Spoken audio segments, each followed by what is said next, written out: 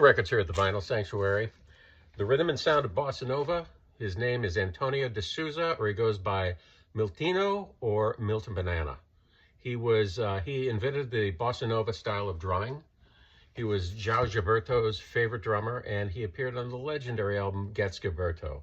By the mid-60s, he had formed the Milton Banana Trio, and it's drums out forward. The Milton Banana Trio is just a piano trio, but the drums are definitely in the forefront. And for this rhythmic, fun music, I think it works. This is the first album I have. I'm going to be looking for Milton Banana Trio albums going forward. The only difference between this and his trio albums are this has sax and guitar on it. And interesting stuff. I'd recommend it, especially if you're a drummer. Check it out. Next up, the Heliocentrics. They're a British-based group that blends jazz, electronics, funk, film music, electronics, Latin, and psychedelics. Top that. Telemetric Sounds. This came out in 2022, and this is the first I've really heard of them other than this album I picked up last fall. I got this because it was on Strut Records, and it's a mulatto from Ethiopia, the Ethiopian keyboard and musician, band leader. Was playing with the Heliocentrics backing him up, so I bought this, liked it a lot, and got this Heliocentrics record. It's really out there, and not for the faint of heart. It combines James Brown, Pierre Henry's funky musiqueconcrete, Can's tribal krautrock, Ennio Morricone. I mean, I could go on and on. It's a real mixed bag and adventurous music. I would check it out. Next up, Jaw Wobble Bedroom album. Forced Exposure said it was a mythical blend of hybrid of dub fusion, ethereal, world beat. Yeah, I'm kind of disappointed with it. I didn't take into account, it was recorded in his bedroom apparently, or in his house or his basement, and I didn't take into account there are vocals on it, and it kind of sounds like some weird guy just singing in his basement. But I'm going to have to shelve it and pull it out in a year, because sometimes when you listen to a record for the first time, there is such an expectation. You really want it to sound good and meet your expectations, because you just dropped $20 or more on it. And I think it's under the most intense scrutiny. When you first bring a record home, you're listening to it with such a critical ear that sometimes you just need to back off if you're not too fond of it. I've filed a lot of records and pulled them out a year later and liked them a lot more than the first time I was listening to it. Next up, we got a couple volumes of Stompin', cheap, under $20 a piece. I'd highly recommend anybody who wants an instant party and a record, get Stompin'. Again, wild-ass blues, R&B, and rock. If it's not your bag, don't get it, but it's fun to collect, and there's a gazillion copies. The same with Desperate Rock and Roll. I finally got volume 1.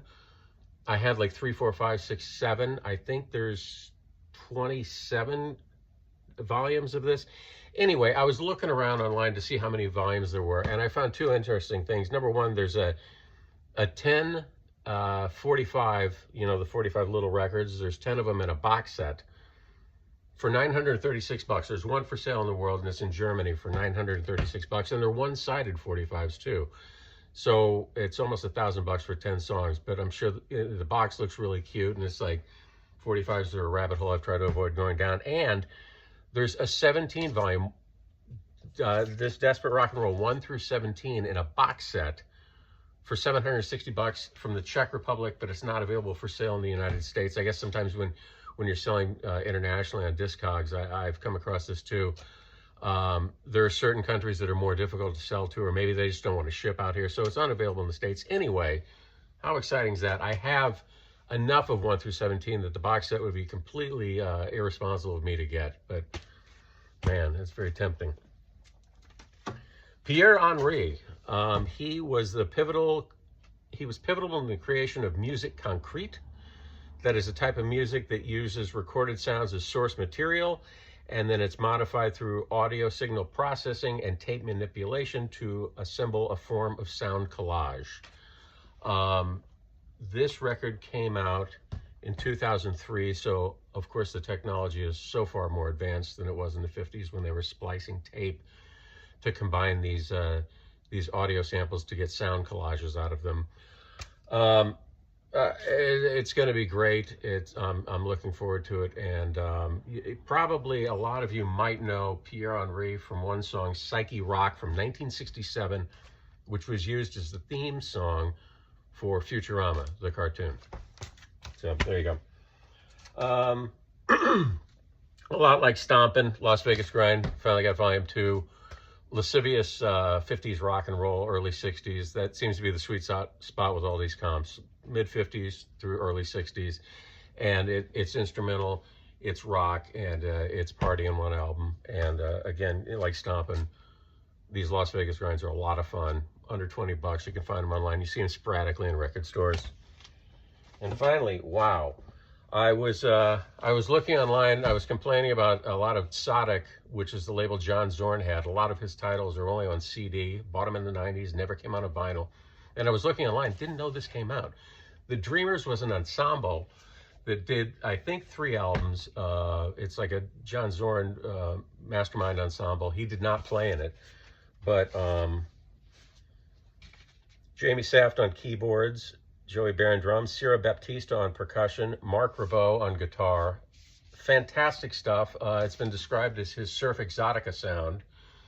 So it's a little easy on the ears compared to some of his extreme, sax wailing and blaring guitars. And it's a Christmas record. So, and it's kind of early in the year for me to be buying Christmas records. But I'll be happy I did when December rolls around. And look at that. Huh? Pretty cool. That's it.